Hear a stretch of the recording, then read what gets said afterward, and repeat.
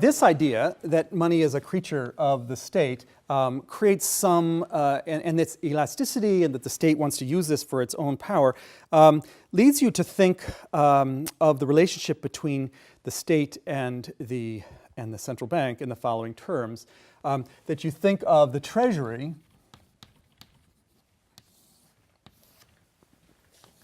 and the central bank. Think of the central bank as essentially a government bank. I've used this language before without pointing out its sort of philosophical consequences. That the Treasury is issuing Treasury bills that pay, say, 5%. The central bank is buying Treasury bills that pay 5% and issuing currency that pays 0%. Okay?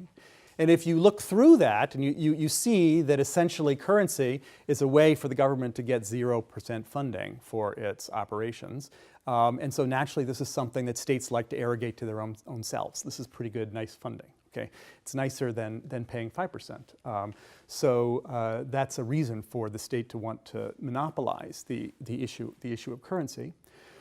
But now, so what's supporting the value of that currency, if you think of it as a liability of the government, that it's or the power of the government, is its authority as an asset. You can sort of, I'm trying to turn this into balance sheets a little bit. Okay, there's authority, and in particular, taxing authority.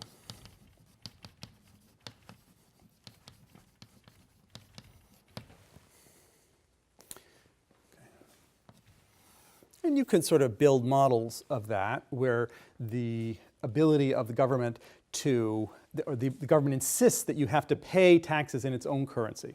And that is what gives value to that currency. And if you don't pay taxes in your own currency, they throw you into jail. And so there's some notion that it's the power, the really raw, violent power of the state, its ability to throw you in jail if you don't use their currency, that supports the value.